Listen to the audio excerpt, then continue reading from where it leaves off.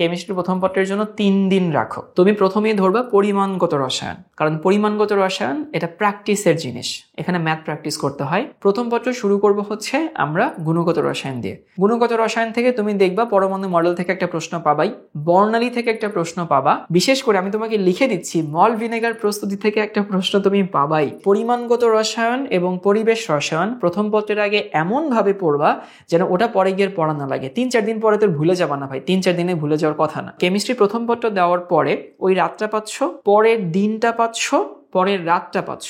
এই যে 2টা দিন পুরোটা ডেডিকেটেড ফর অর্গানিক কেমিস্ট্রি।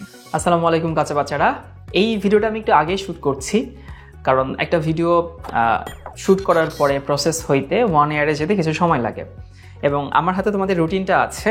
যদি রুটিন পরিবর্তন না হয়, HSC 25-এ যা আছে তোমাদের জন্য বলছি, যদি রুটিন পরিবর্তন না হয় খুব সম্ভবত তুমি 13 তারিখে এই ভিডিওটা দেখছো ফিজিক্স পরীক্ষা দিয়ে এসে, এবং সামনের রবিবার তোমাদের কেমিস্ট্রি পরীক্ষা। আবার বলছি, ভিডিওটা কিন্তু আমি একটু আগে শ্যুট করছি, শ্যুট করে রেখে দিচ্ছি যেন 13 তারিখে আপলোড করা যায়, সব কিছু যেন রেডি থাকে।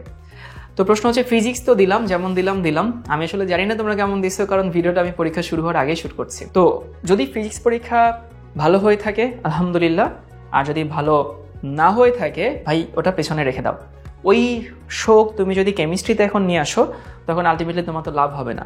আর ফিজিক্স দিয়ে হচ্ছে আমাদের গ্রুপের সাবজেক্ট শুরু হয়।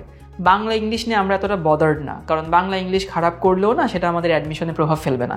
আমরা জানি বাংলা ইংলিশ ICT অ্যাডমিশনে খুব একটা প্যারামিটার হিসেবে কাজ করে না, কিন্তু যাদের টার্গেট ইঞ্জিনিয়ারিং বা ভার্সিটি ওদের কিন্তু ফিজিক্স ম্যাটার করে।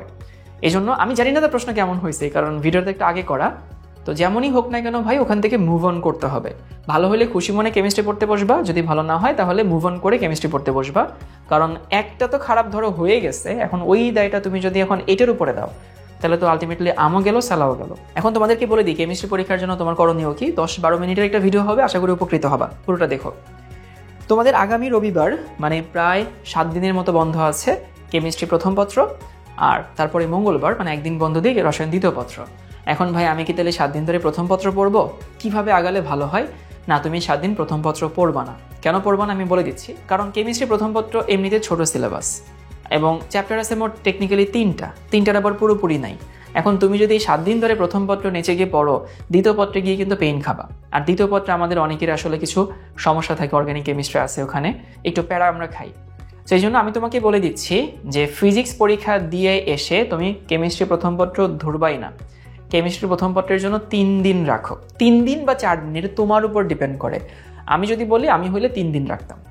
3 দিন মানে হইতেছে, দেখো যে ধরো আজকে হচ্ছে রবিবার, আমি রবিবার রাতে পড়তাম ফিজিক্স কেমিস্ট্রি দ্বিতীয় পত্র, সোমবার দিন রাতও কেমিস্ট্রি দ্বিতীয় পত্র, মঙ্গলবার দিন রাতও কেমিস্ট্রি দ্বিতীয় পত্র, বুধ বৃহস্পতি শুক্র শনি, না বুধবারও হয়তো পড়তাম।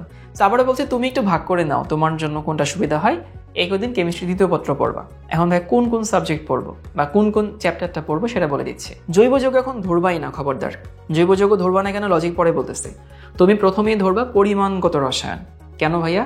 কারণ পরিমাণগত রসায়ন এটা প্র্যাকটিসের জিনিস, এখানে ম্যাথ প্র্যাকটিস করতে হয়। আরেকটা কারণ হচ্ছে এখানকার যে কনসেপ্ট আছে সেই কনসেপ্ট তোমার দ্রাব্যতায় কাজে লাগবে, এই কনসেপ্ট তোমার রাসায়নিক পরিবর্তনের কাজে লাগবে।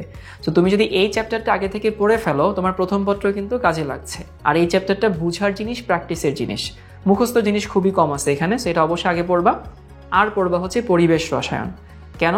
কারণ পরিবেশ রসায়ন ফিজিক্সে তুমি আদর্শ গ্যাসে পড়ে আসছো, তাহলে ওইখানে গিয়ে এমনি তো মনে থাকার কথা, কারণ যেহেতু পরীক্ষা দিচ্ছ, যদি ভুলেও গিয়ে থাকো তাহলে এখানে তোমার অনেকটা রিভিশন হবে, তাতে তুমি একটু ফ্লেক্সিবল হইতে পড়লা। আর যদি কেউ আরও পারো টাইম ম্যানেজমেন্টে, তাহলে তড়িৎ রসায়নটা পড়ে ফেলো। আর যদি না পারো তড়িৎ রসায়নটা থাকুক, তুমি অবশ্যই পরিমাণগত রসায়ন এবং পরিবেশ রসায়ন এই দুটা পড়বা। আর তড়িৎ রসায়নের চাইলে পুরোটা পড়তে পারো, অথবা জৈব যৌগের চাইলে শুধু নামকরণের সমানতা পর্যন্ত পড়তে পারো। এটা তোমার জন্য আমি ফ্লেক্সিবিলিটি রেখে দিচ্ছি, কারণ নামকরণ সমানতা আসলে প্র্যাকটিসের জিনিস, মুখস্থ জিনিস খুব একটা নাই। এরপরে প্রথম পত্রের কিভাবে কি পড়বো, তুমি পরিমাণগত রসায়ন পরিবেশ রসায়ন অবশ্যই শেষ করবা। যদি জৈব যৌগের নামকরণ শেষ করতে পারো তাহলে খুবই ভালো। প্রথম পত্র শুরু করব হচ্ছে আমরা গুণগত রসায়ন দিয়ে, এবং এখানে তোমাদেরকে আমি একটা সাজেশনও দিচ্ছি। সাজেশন হচ্ছে গুণগত রসায়ন থেকে তুমি দেখবা পরমাণু মডেল থেকে একটা প্রশ্ন পাবাই, সিকিউ প্রশ্ন, বর্ণালী থেকে একটা প্রশ্ন পাবা, আর হচ্ছে দ্রাব্যতা বলতে হচ্ছে অদক্ষেপ পড়বে কি পড়বে না, KSP KIP নির্ণয়ে তুমি একটা প্রশ্ন পাবাই। এ হচ্ছে গুণগত রসায়নের প্রশ্ন। মৌলের পর্যায়বৃত্ত ধর্ম, রাসায়নিক বন্ধনে আয়নীকরণ শক্তি আর ইলেকট্রোনেগেটিভিটি নিয়ে একটা প্রশ্ন পাবাই। বিশেষ করে আয়নীকরণ শক্তি নিয়ে প্রশ্ন আসবেই, অক্সাইডের অম্লক্ষার ধর্ম দিয়ে প্রশ্ন আসবে। মানে সোজা কথা পর্যায়বৃত্ত ধর্ম যেগুলো আছে, আয়নীকরণ শক্তি, ইলেকট্রন আসক্তি, তড়িৎ ঋণাত্মকতা, অক্সাইডের অম্লক্ষার ধর্ম, পরমাণুর আকার, তারপর হচ্ছে যোজনী, এগুলো দিয়ে প্রশ্ন আসবেই। আর সংকরায়ন থেকে প্রশ্ন আসবে, বিশেষ করে VSEPR থিওরি, হাইড্রোজেন বন্ড। আর এর পরের চ্যাপ্টার রাসায়নিক পরিবর্তনে কেপিকেসি থেকে প্রশ্ন আসবে মাস্ট, এটার কোনো ব্যত্যয় নাই।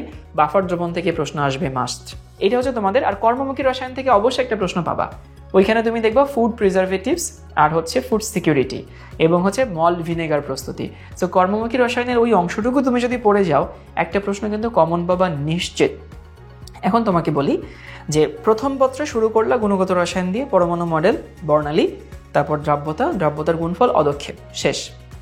পরের চ্যাপ্টার শুরু করবো হচ্ছে পর্যায় সারণী নিয়ে। S ব্লক, P ব্লক পড়বো, D ব্লক দরকার নেই, D ব্লক শর্ট সিলেবাসে টেকনিক্যালি নাই, যদি আগে পড়া থেকে রিভিশন দিও। মেইনলি যাবা হচ্ছে সংকরায়ন, মানে ফাজারের নীতি এবং সংকরায়ন। ফাজারের নীতি মানে আয়নিক যৌগের সমযোজী বৈশিষ্ট্য, আবার সমযোজী যৌগের আয়নিক বৈশিষ্ট্যের সাথে পড়ে নিবা, সংকরায়নটা ভালো মতো পড়বা। এবং হাইড্রোজেন বন্ধন, পানির হাইড্রোজেন বন্ধন, হাইড্রোজেন বন্ধনের জন্য যে পানি তরল হয়, গ্যাসে যে না থাকে, সেগুলো অবশ্যই পড়তে হবে। কেপিকেসি প্রচুর ম্যাথ প্র্যাকটিস করবা, এবং বাফার দ্রবণ এবং অ্যাসিড ক্ষার পিএইচেরও প্রচুর ম্যাথ প্র্যাকটিস করবা। আর ওই কর্মমুখী রসায়নের ওই অংশটুকু মুখস্থ করতে হবে। বিশেষ করে আমি তোমাকে লিখে দিচ্ছি, মল্ট ভিনেগার প্রস্তুতি থেকে একটা প্রশ্ন তুমি পাবাই, সিকিউর গ অথবা ঘতে এখান থেকে প্রশ্ন আসবে। সো ফার্স্ট পেপার পরীক্ষা দিলা, এবারে সেই সেকেন্ড পেপার কি দিয়ে শুরু করব। যদি এমন হয়ে থাকে তুমি তড়িৎ রসায়নটা প্রথম পত্রের আগে পড়ে ফেলছো, তাইলে তড়িৎ রসায়ন এখন আর পড়ার দরকার নেই, কারণ তড়িৎ রসায়নটা বোঝার জিনিস।